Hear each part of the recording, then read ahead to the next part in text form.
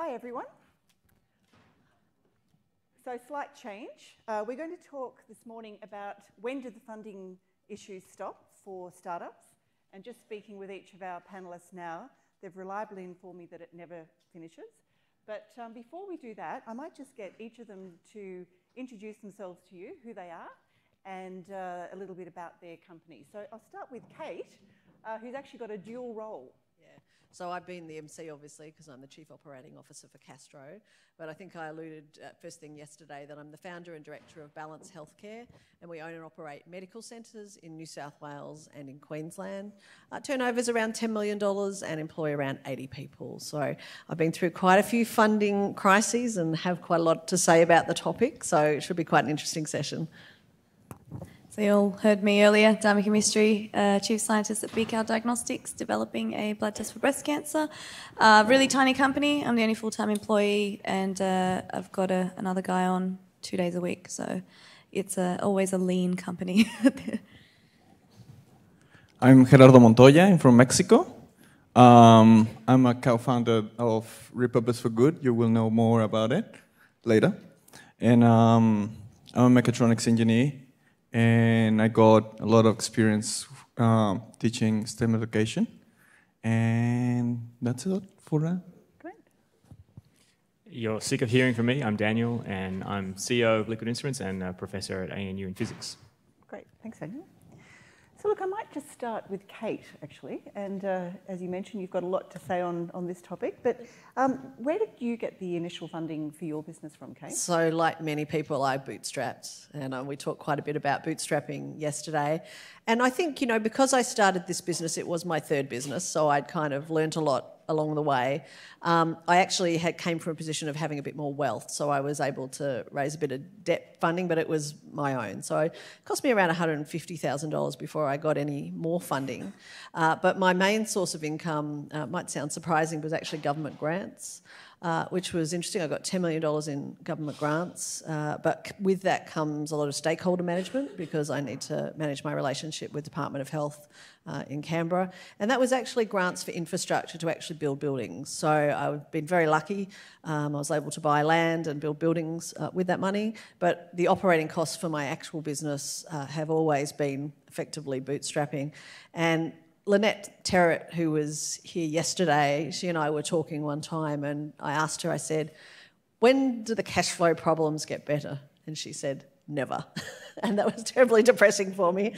But I think, it's resilience. You get a level of resilience where you're comfortable with that.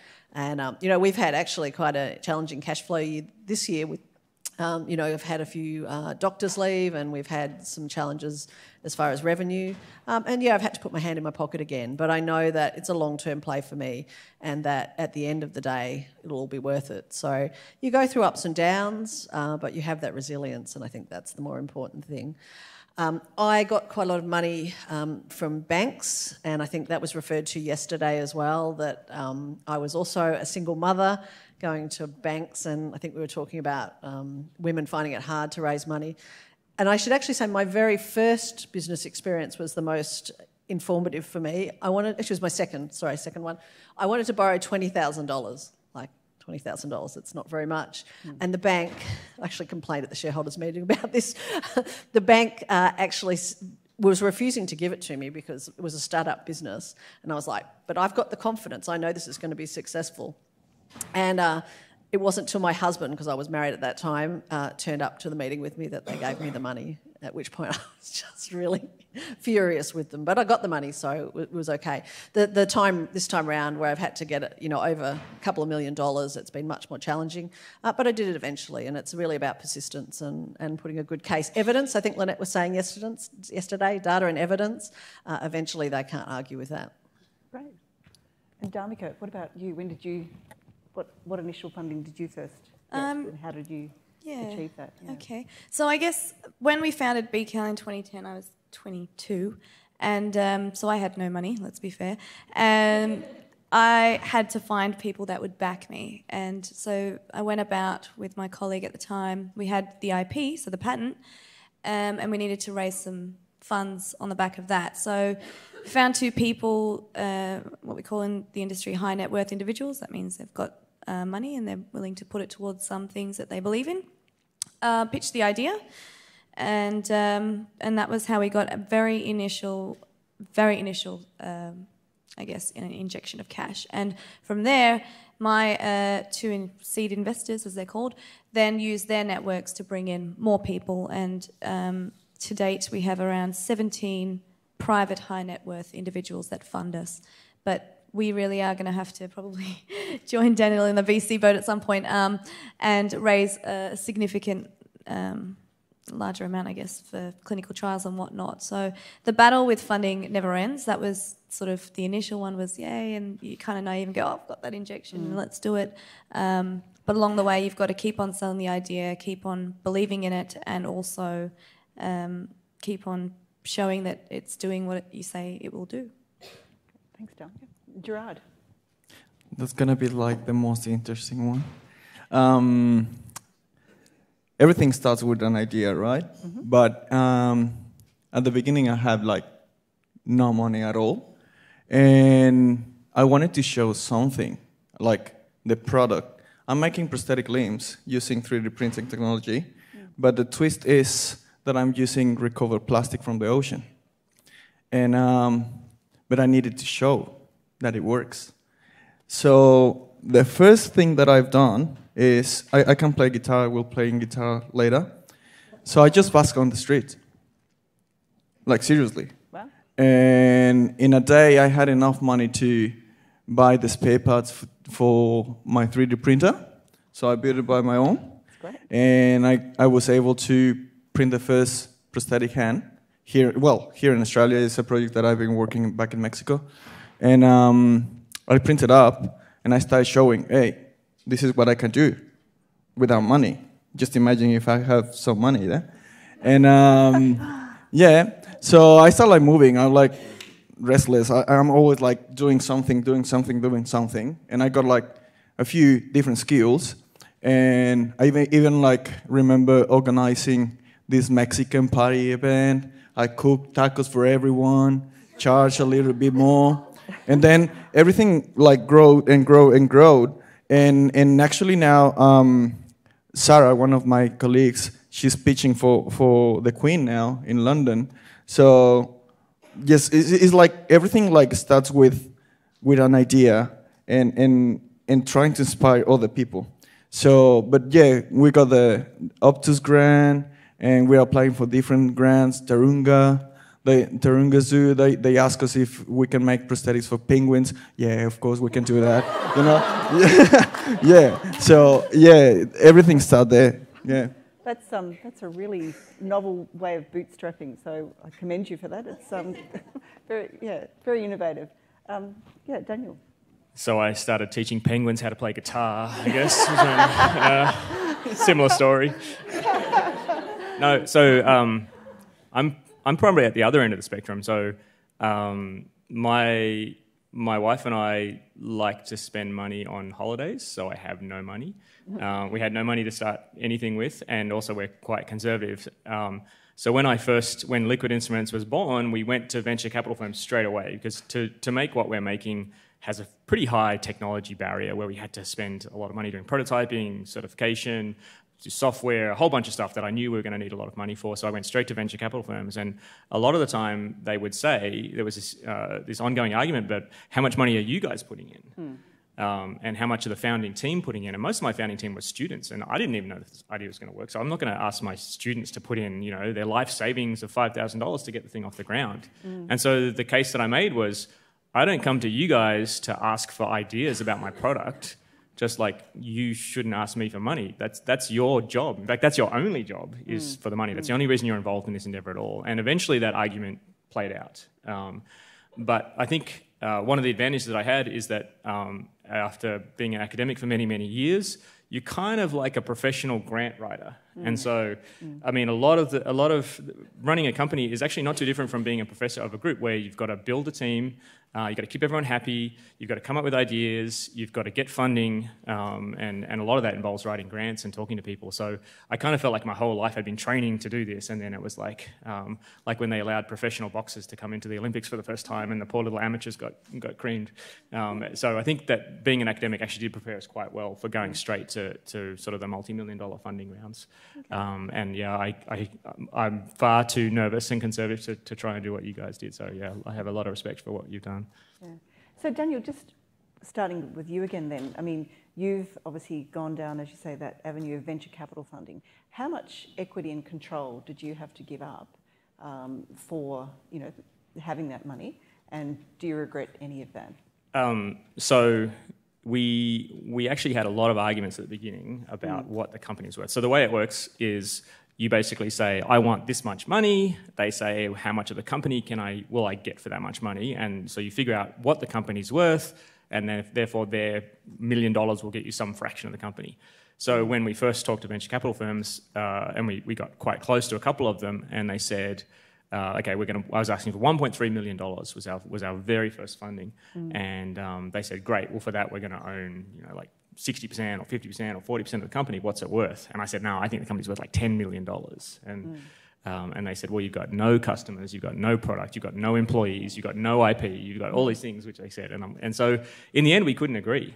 And so there's this great mechanism that we end up using called a convertible note. And what that means is basically we don't know how much the company's worth now, but at some point in the future, someone, when there's a little bit more knowledge and a little bit more track record, someone will come in and value the company. And that's when those investors will basically get that valuation in the future with some discount. So we actually did it in a couple of ways, because I said, well, this is our plan. We're going to sell 60 of these things, so $300,000 worth of stuff we're going to sell in the first year. And they said, okay, if you do that, then the company's worth what you said. If you don't do that, then the company's worth what we said. And so at the time, I didn't realize how unrealistic our goals were of getting an electronics product from nothing to market in a year and selling 60 of these things. And I didn't know that it was supposed to be impossible, and so we did it. We made it easily. It was like 3 hours to spare. We sold our 60th unit, so we really had plenty of time. But it wasn't until afterwards when those guys said to us, we thought you had no chance of doing it. So they didn't even really worry about the valuation they gave us for that amount. But we were just used to kind of saying what we thought we could realistically do, which apparently is not always done in the startup world. Sometimes people tend to overpromise. And it was hard, and there were a lot of things that I didn't foresee that if I had my time again, I probably wouldn't have signed up to that. Yeah. But it was using that mechanism where, okay, if you do what you say, this is what the valuation will be, and if you don't do that, then we get to say what we think the valuation is. So, and it's a great way of deferring it. So anytime you can kind of defer these discussions, because really there's no point in arguing about what fraction of something owns if the thing is worth $0. If you don't get to market or if you don't invest in a product, you're arguing over nothing in the end. So that anything you can do to kind of push that aside and get everybody aligned together in the same direction for the company to do well, the sooner you can do that, the better off you'll be. Yeah. So what about interference in terms of the day-to-day running of the business? I mean, does that present an issue? So one thing that we were very strict on is that the founding team wanted to maintain control of the company. And for those of you who don't know, the normal structure of a company would be you have shareholders, and the shareholders elect the board of directors, and the board of directors then elect the CEO, and the CEO runs the company. So the board of directors are really the body that has control. They can do kind of whatever they want to the company as long as they act in the best interest of the shareholders. So it's very important for us to maintain control of the board. So we fought a lot about that. That was actually one of the sticking points. And so once we got that, we then surprised the investors by not putting ourselves in as directors, but we put in experts who are CEOs of other tech companies, you know, on the board, and they were much more comfortable with us then. As long as things are going well, there's kind of not a lot of interference. So most of our board meetings is I talk for a couple of hours, and then the investors go, well, this is all going very well then, isn't it? But I think if things don't go well, then that will change quite quickly. So you have to be wary that you want to align yourself as closely as you can with your investors. I've mentioned several times how harrowing an experience I find negotiating with venture capital, and there was a great analogy that someone told me. It's like going through a divorce with somebody, and then at the end you're married. because that's really what it's like. You talk to them and they're arguing and telling you why you're worthless and how you're not worth all this much money, and eventually you reach a deal, and then you're stuck together for the rest of the time, right? Yeah. So, and it took me a long time to get over that negotiation, but I think we're through it now. And Danica, what about you? I mean, have you had to give up much equity or control? Or It was kind of the inverse for me. I didn't have much to begin with, and I'm now fighting for what should be mine, or I'm entitled to. So, being so young at the time, I really didn't have a clue, and I was quite naive. And so that's one of my biggest lessons I've learned, is to, have people that support you and have the right thing in their minds for you. So, and one of the things investors actually like to see is the employees that are, running the show are motivated with equity too. So I think you need to keep that in mind when you're building a business. Everybody needs to have a little bit of skin in the game so that you're all motivated to the end goal and making sure the business succeeds. So, yeah, initially it was a little tough.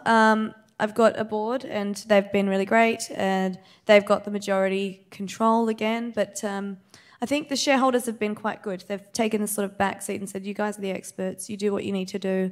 We don't really understand what you're doing, it's too crazy. So we just continue to do what we do. And yeah, it's so, make sure you know your worth and you fight for your share of the pie, really. I do think that's really important. I learned that the hard way.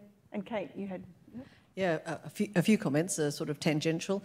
One is about the case of Wi-Fi. So I don't know whether people know that the discovery of Wi-Fi came out of astronomy, and the CSIRO inventors actually had to fight and claw back to get their rights. And there's a fabulous Catalyst program that's probably floating around on iView in the ABC archives on their journey to actually get the money back from, I think they sued 12 tech companies in America, and they all eventually settled, and they got 400 million for Wi-Fi for CSIRO, but I mean that was a real journey. So I think making sure you know your value is pretty important. I was going to comment actually from Michelle Melbourne's perspective. Unfortunately, she had to leave, but she was talking before about the venture capital that she's just had into her business, and she's had 26 years running her business, doing it herself. And they're just going through a really interesting phase of having given up that control. And it's really interesting emotionally. I think that journey where you actually say, yeah, actually I'm not the only one making these decisions now. When it's been your life for however long, and you have to give that up. And then the third thing is, I've done the venture capital dance a couple of times with my business, and I have never been able to reach a valuation. And I think when we were talking before about really believing, when other people tell you something and venture capitalists say your company's worthless, and you're like, actually, it's worth a lot. And I believe that, so you can just, because if you're going to value it for that, actually, I'm not interested. So I have to say, when I watch that television show Shark Tank, I actually get palpitations and I find it really stressful. Because, when you start dealing with venture capitals, that's what it's like. They're sitting there, they're judging you, and that TV show is very real from my perspective. And Gerard, any comments from you? It's just a startup company, so we're on the process. So in your case, have you ever thought about crowdfunding as an option? Yeah, we did. You did? Yeah. Okay. We led a crowdfunding campaign. Do you want to tell us about that? Well, there's many web pages where you can crowdfunding. We chosen Chuffed, which is for social causes. Yep. And it's basically just putting all the information together and presented in a video or what's the process. In that case, I had a lot of information and background because I run this idea in Mexico, and I had a lot of photos, videos that I will show you later, and it's trying to inspire other people. Yep.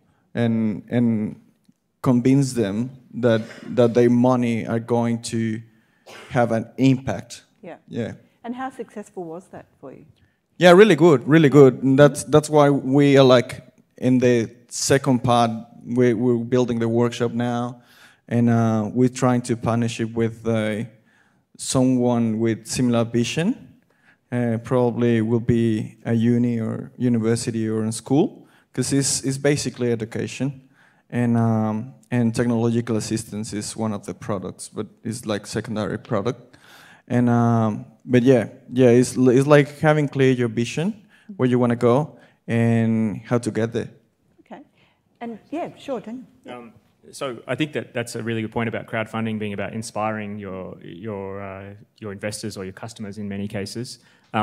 With one of the flip sides of that is in venture capital, they're in it to make money. Ultimately, most VCs, and it's very difficult. It's very, very risky. A lot of startups. So the most important thing that I've learned is that it's better to have kind of like a 1% chance of success in a $10 billion market, because they do the maths and they're like, well, that's 1% of 10 billion. That's probably $100 million that we'll make from this, than it is to have a 100% success, chance of success in a $5 or $10 million one. So they really want to see big accessible markets, even if it's like a really blue sky shot in the dark type thing.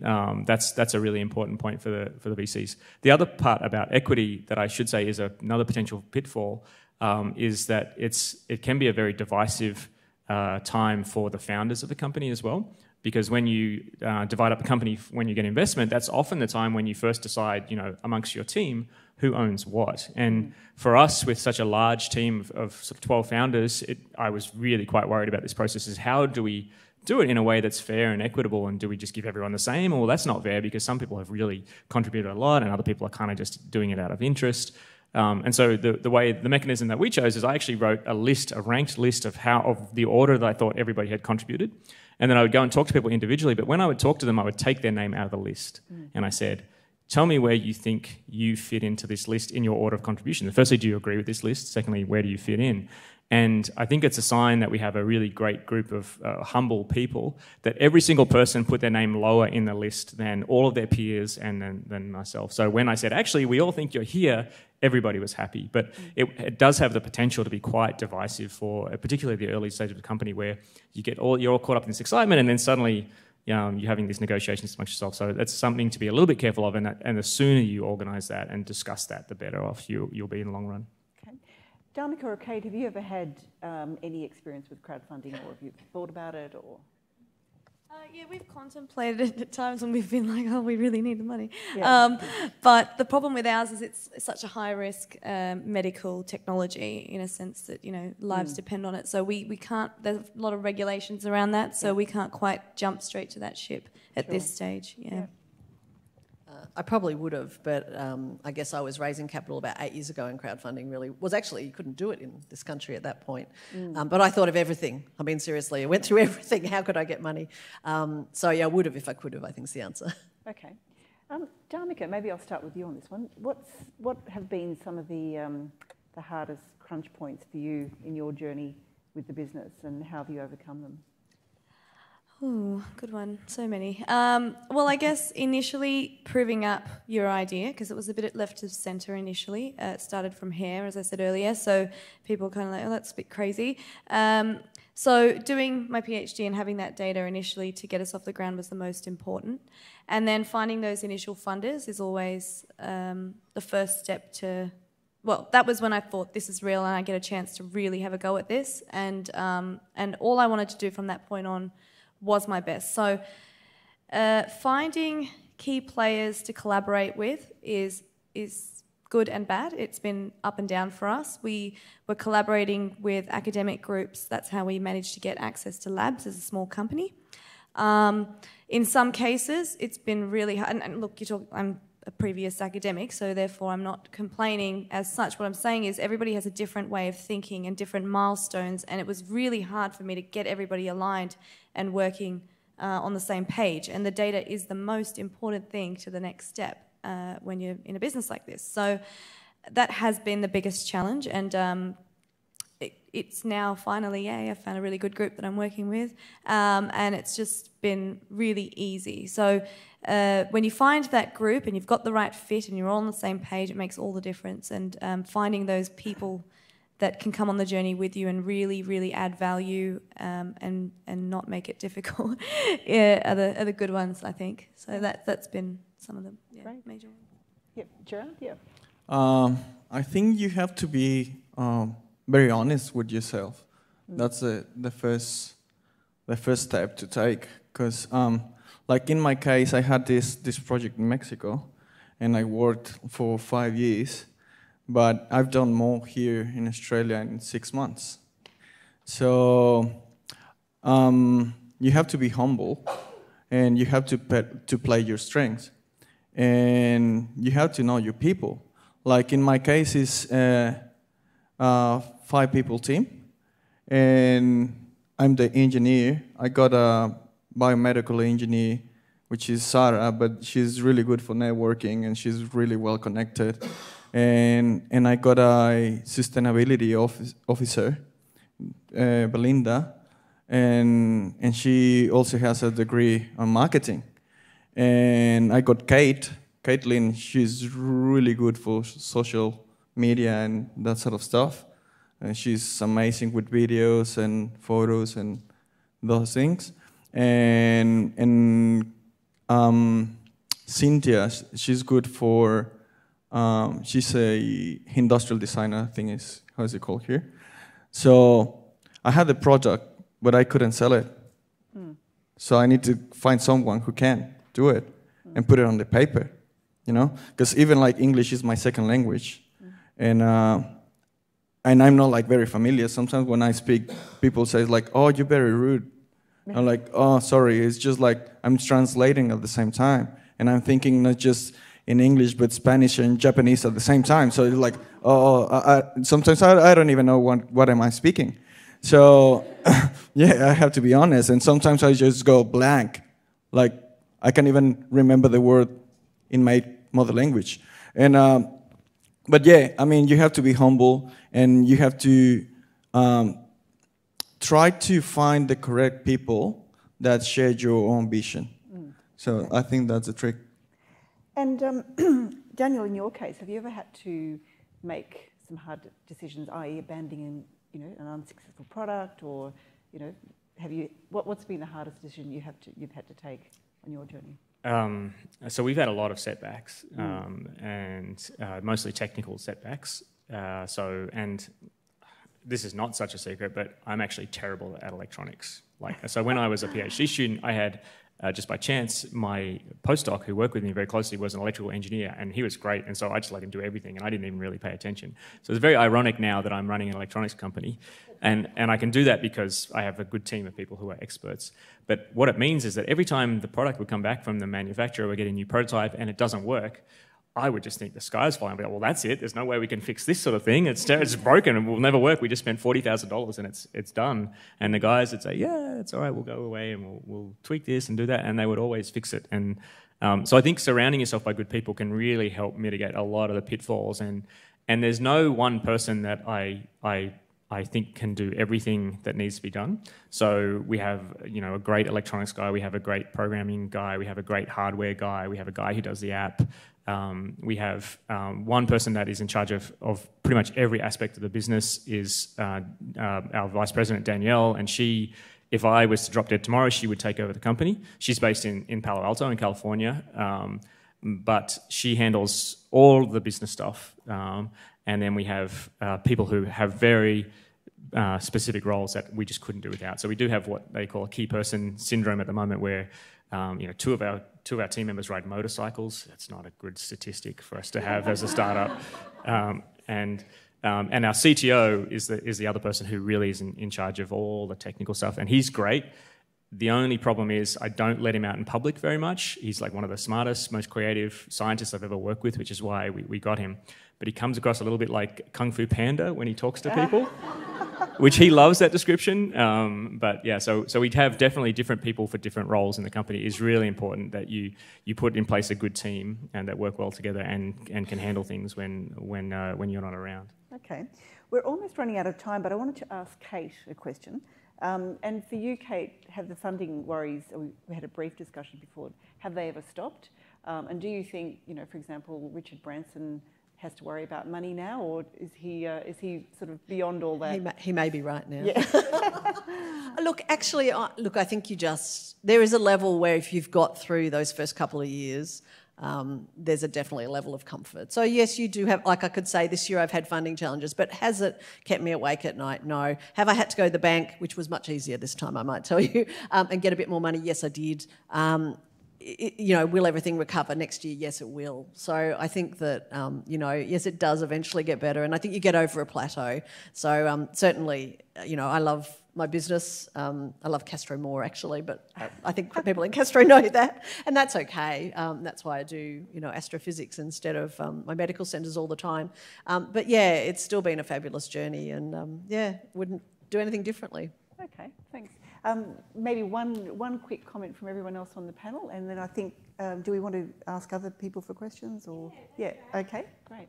So one quick line from you.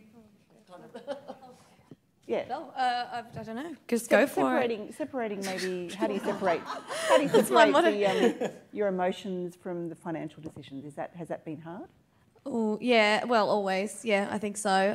Because I go with my gut and I go with my heart. And as many of the speakers were saying earlier, we don't always have a lot of confidence as women. You let other people, sometimes, if you're me, give you a little bit of self-doubt. And I'm learning with age that can go trash itself, and I'll keep on going. And Gerard? Well, Japanese says toka kohoka, like to get something you have to give something as well. Yeah. So just try to not lose yourself on that interchange. Yeah, good point. Yeah.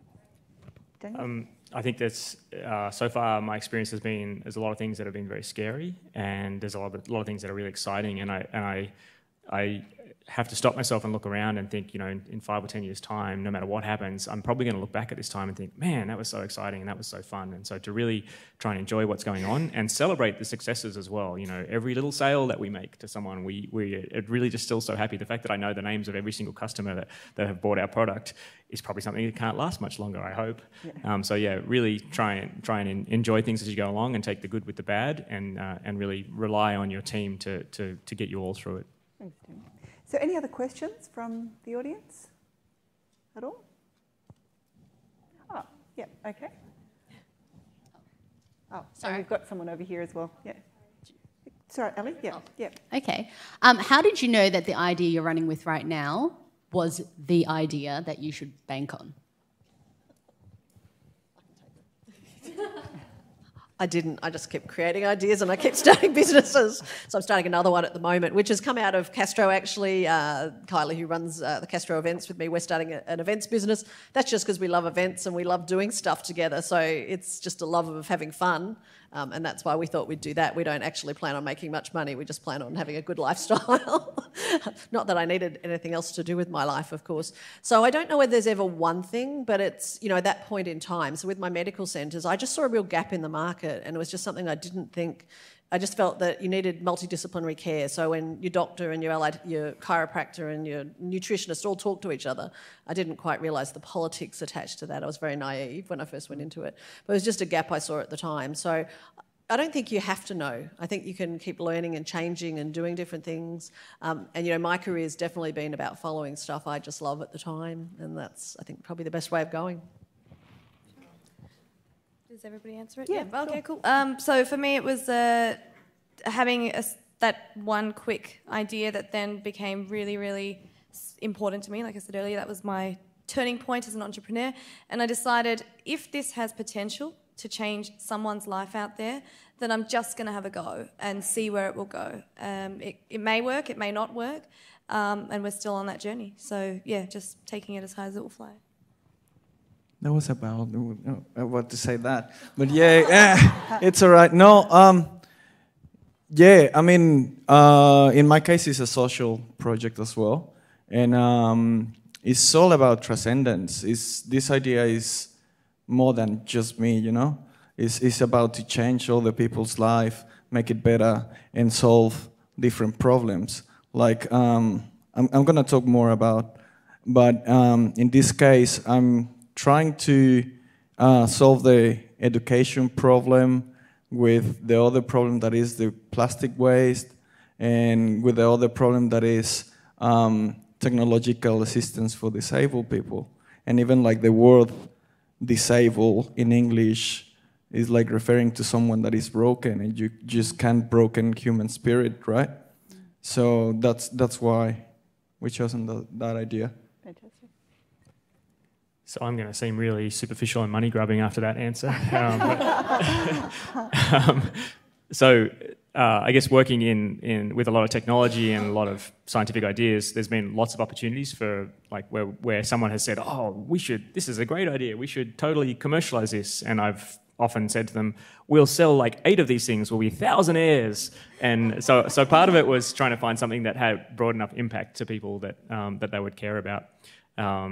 But the thing that's most encouraging in the early stages of our product development is when we went out and did our beta program, that people would just, the feedback of the product was so amazing. We were at a large trade show in San Francisco in January, and this company that I've probably spent hundreds of thousands of dollars with in my life, they came over from a kilometre away on the other side of the hall and said that everybody's been telling us about you guys, that we had to come over and see you. And that was so nice. And now they're our global distributor for us, and they'd heard about us. And so that's the sort of reinforcement that you think, hey, maybe actually what we're doing does have a chance of working. Right. But and we had another question there, yeah. Hi, so this is probably for Madhumika, but about sort of the more harder to crack industry. So I work in the biomedical sort of nanotechnology space, and a lot of companies that try and come out of this don't do very well because they've got to go through, obviously, get all their IP, clinical trials. Pharmaceutical companies don't touch it for a very long time. You need a lot of money to start it up. What's your advice for that sort of area? I'm still on that journey, and I think you've got to, and the resounding message is resilience. You really have to stick it out if you believe in it, and if you've got the data to back it, keep going forward. Some days, like I said earlier in science, things go really well for a little while, and then all of a sudden something unpredictable will happen, and different people are going to want different things. So try to be really good at communicating your message. Keep on adding value to your sort of data package, but also really understand how you're going to get into the market, your pathway, and really remind everyone that you're going to for money and all those sorts of things, or whoever you want to collaborate with even, you need to know that you know how to get to where you need to be. And because there are so many different ways you can get into the market if you've got something like a medical device or a medical technology, and finding the right partners has been so crucial for us because we are small, and the only way that we can grow quickly is to find the right collaborators. And that's not just academic. We've got people in San Francisco that we work with to help us develop a scalable product, groups around the world that can help us, and that's what you've got to do. You've got to leverage, and using those partners when you're going forward will definitely pique interest from those people that you're talking about, your farmers and your funders and people like that. It's showing that you're very integrated in the community so you don't drop into that valley of death. Thanks, Damika. We hadn't... Oh, sorry, you wanted to say something, Kate? Well, I was just going to say, if you're in a university, please make sure you talk to your commercialisation office because they can help you, obviously. And I came into universities through that route. I actually ran a commercialisation office, so that's how I then ended up in the research world. So it's kind of a circular thing, how we all get involved in things. Fantastic. There is a diversity of... There's a great diversity of VCs that will want a return on investment in 3 years, but then more and more there's ones particularly most recently coming into Australia. There's a group called the IP Group from the UK who have this really long-term view which is a lot more compatible with some of this sort of, they call it deep tech, but basically a lot of the bio space. So yeah, I'd encourage you to talk to some of those people who understand and have been on that journey before with a lot of startups. Some of them have been held for 15 or 20 years, still no sign of making any revenue, but they're very happy with them. And so if you can find a good partner like that who understands the challenges, then it's not always an insurmountable barrier to getting funding. And we had, thanks, we had one final question from Kate in the front row. As an entrepreneur, how do you balance using logic and emotion when it comes to financial decision making? Good question. That is a good question. So I kind of came into this with a bit of a chip on my shoulder that I'd had nothing to do with the business world before, and a lot of the funding type people and the business type people had kind of a view of academics like we're sort of sneaky people who are great in the lab, but they can't do anything in the real world. You know, you don't understand how business works. And the thing that I learned is that's just complete rubbish. It's really not that hard. Like, it's not rocket surgery. You can just... Kath and Kim would say. Yeah, you can just... I mean, there's like the first few board meetings, I didn't understand the difference between the balance sheet and the profit and loss and all these sort of things, but eventually you kind of learn it, and it's all quite logical and it makes sense. So the business side of things is not the hard part. Like, probably everybody in this room is more than capable of understanding it in a few days' time. So scientists in general tend to be quite smart people and quite engaged people and like to use logic, and it is a very logical thing. And so you shouldn't feel intimidated because you don't have an MBA.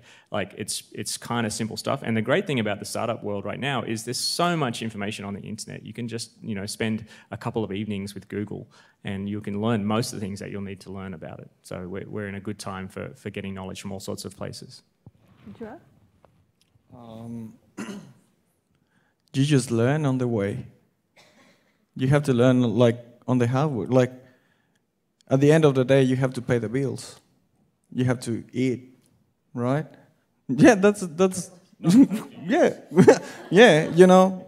But yeah, you have to learn. You just have to learn.